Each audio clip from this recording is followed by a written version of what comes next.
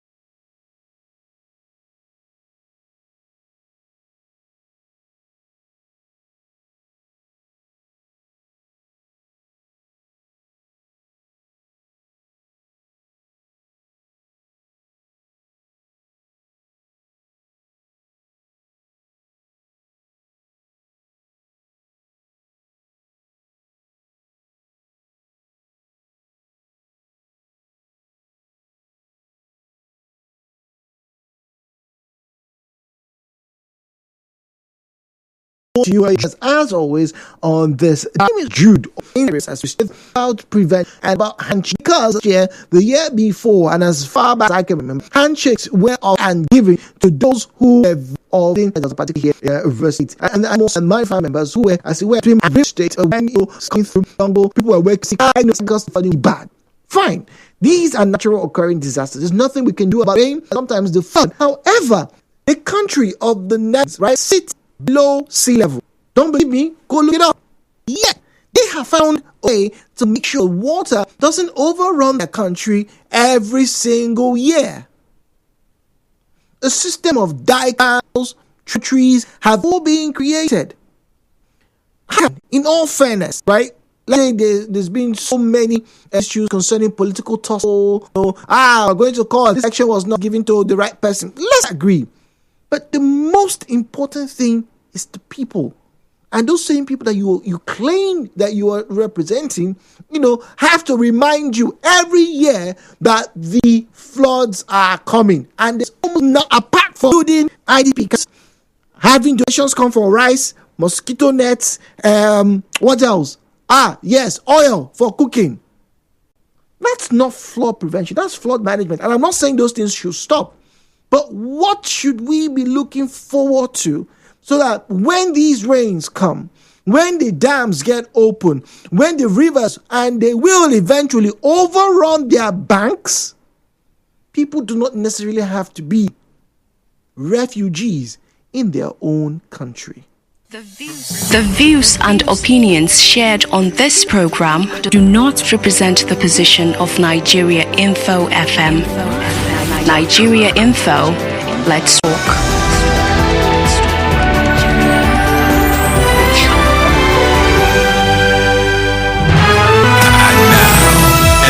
What happened with Jude on 92.3 Nigeria Info. So 017-923-0002, 0817923-0007, 0817923-0002, 0817923-0007.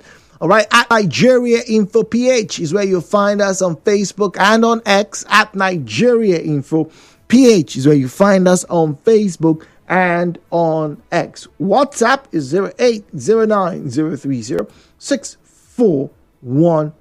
08090306416. As always, please turn down the volume of your radio set. Refrain from making derogatory or defamatory comments. If you didn't see or hear, please make no mention of it. And very importantly, keep your conversations civil.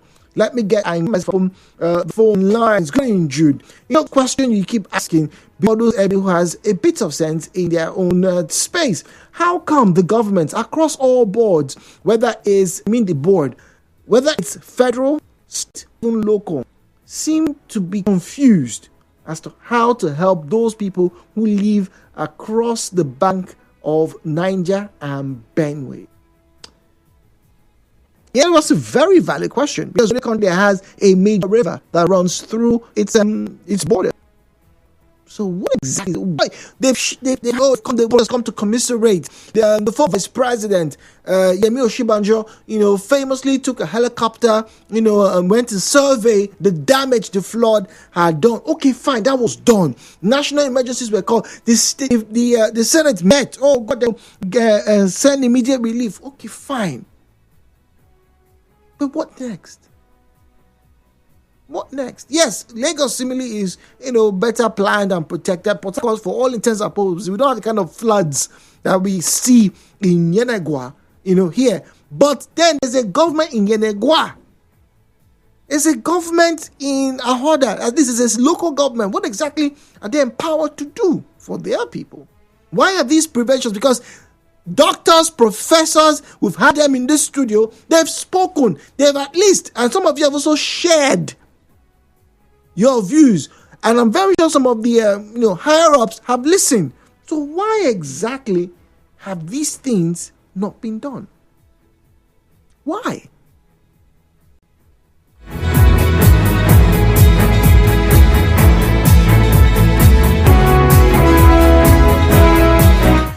Well, good morning, Jude. I know that I'm not the only one. I won't be the last to say this. We have been having this conversation for donkey years now, and all we can say about this now is Sisyphean. Oh yes, don't these guys in position of authority listen to radio, or don't they know what to do?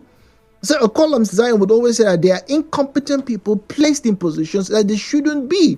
The simple solution is to build a dam and control the water from Cameroon. But our leaders are blocking their ears to this opinion. Will they continue to move people out and in from their place of residence when flood comes? That's even a waste of our resources. They should build a dam to solve all of this. Thank you. Ibiso, from What Daily Road, good morning to you. Good morning. Good morning. I'm happy new working day. I wish you the same. Welcome, please. Okay, Jude, to me, our government, from the federal to the local government, they don't have plan for the citizens.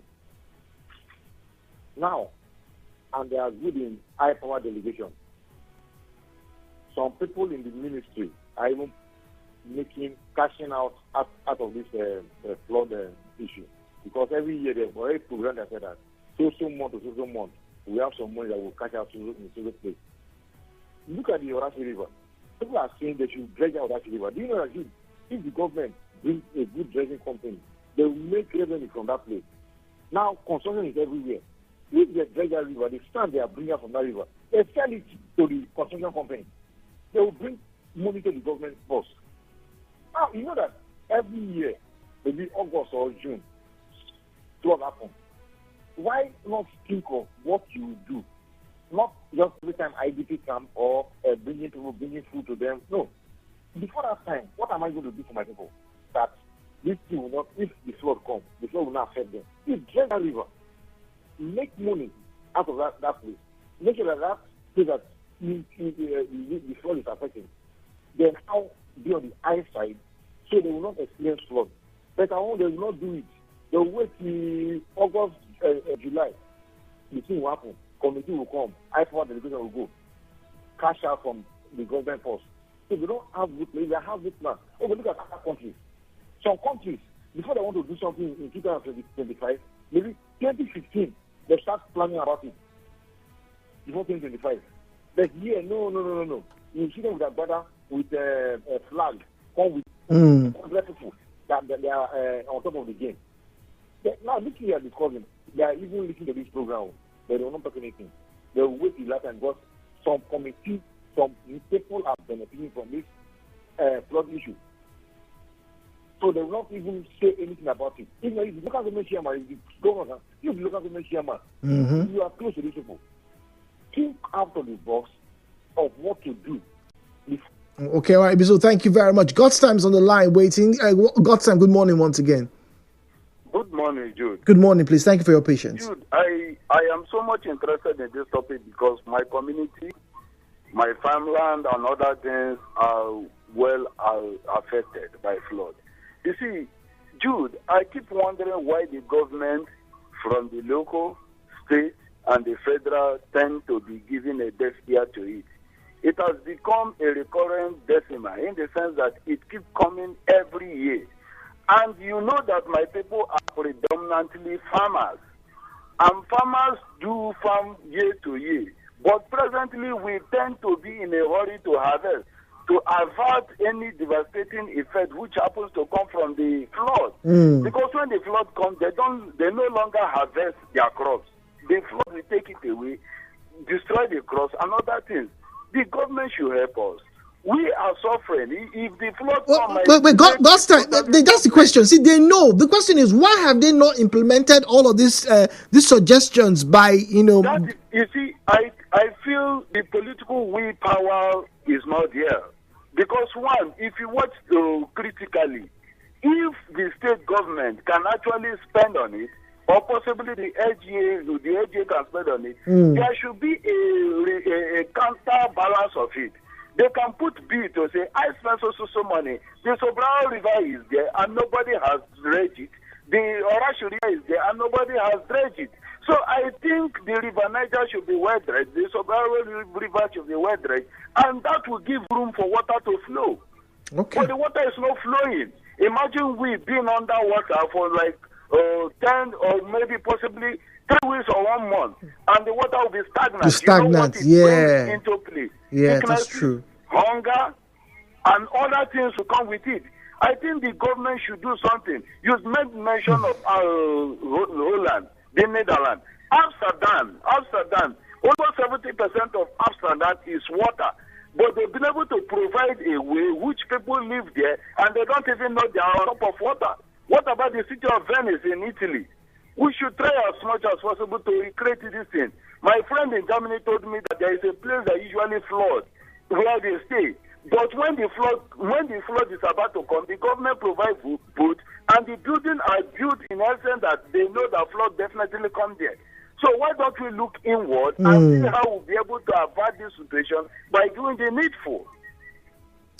Jude, please, they should help us. Thank you, and you have a smart day. Well, thank you very much. The needful seems to be the bone of contention in the past few years.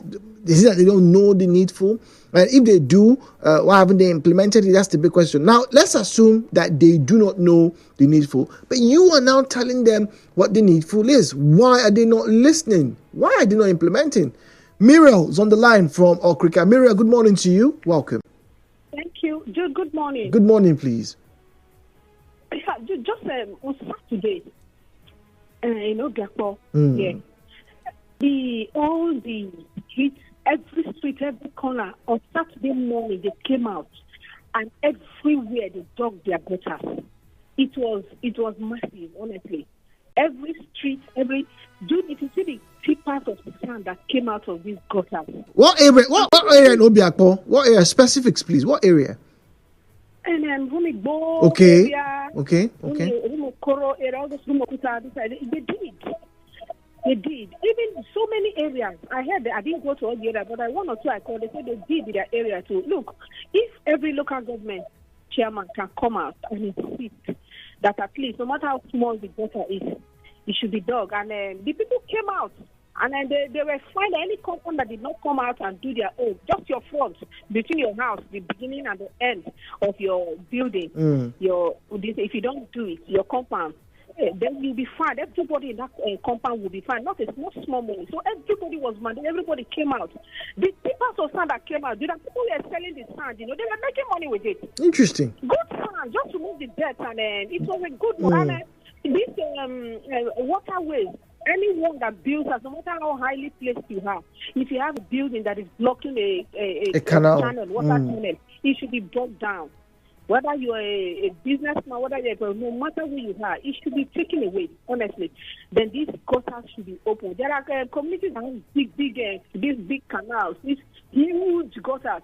There is a way, there's always a way to open them. Some of them, grasses have overgrown, covered. There's one I know is along the Humigo area, grasses have covered it. People did not do, but it's covered. So if there's a way they can open them, all these things will help.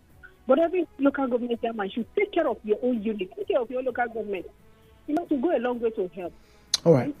Thank you very much. Muriel from Okrika. Goodness says local government chairmen should dredge their site, rivers and seas to stop perennial floodings, to create deep sea ports and reclaim land and use the sand to build estates.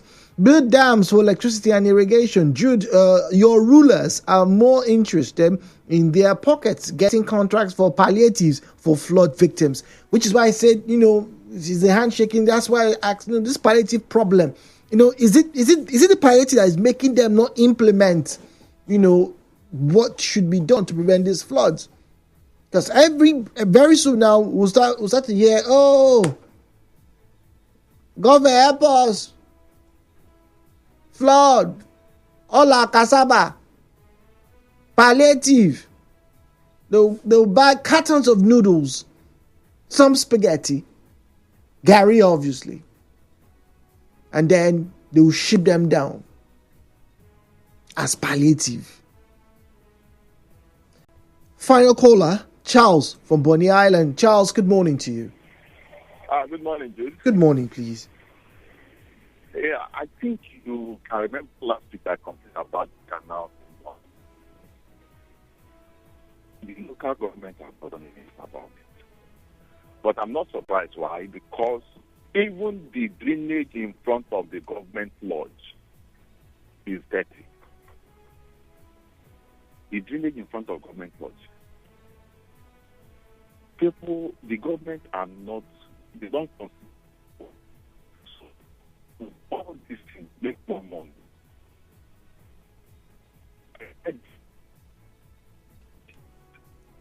Hello, Charles. Oh dear, Charles. I don't know if you can call back. The line was not very clear.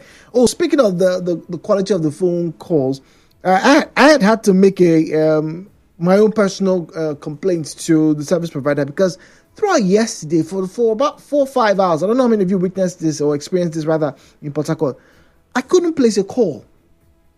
The data services, yes, were working, thank heaven.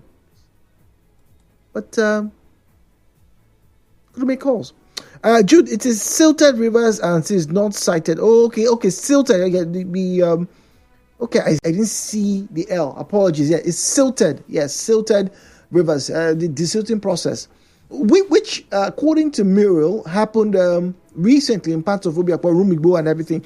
I know in my area, they did dig up the drainages, the gutters, the small ones. But once again, I keep saying this. Let me say this before I go on this break. The major problem are the sewers themselves, the ones that we are driving above. Along NT Road, there's a very deep sewer, and it's blocked.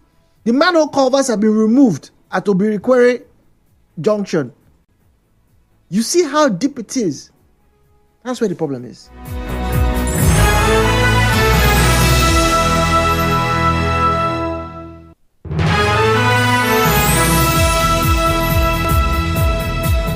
All right, so 017-923-0002, 0817923-0003, 0817923-0002, 0817923-0003.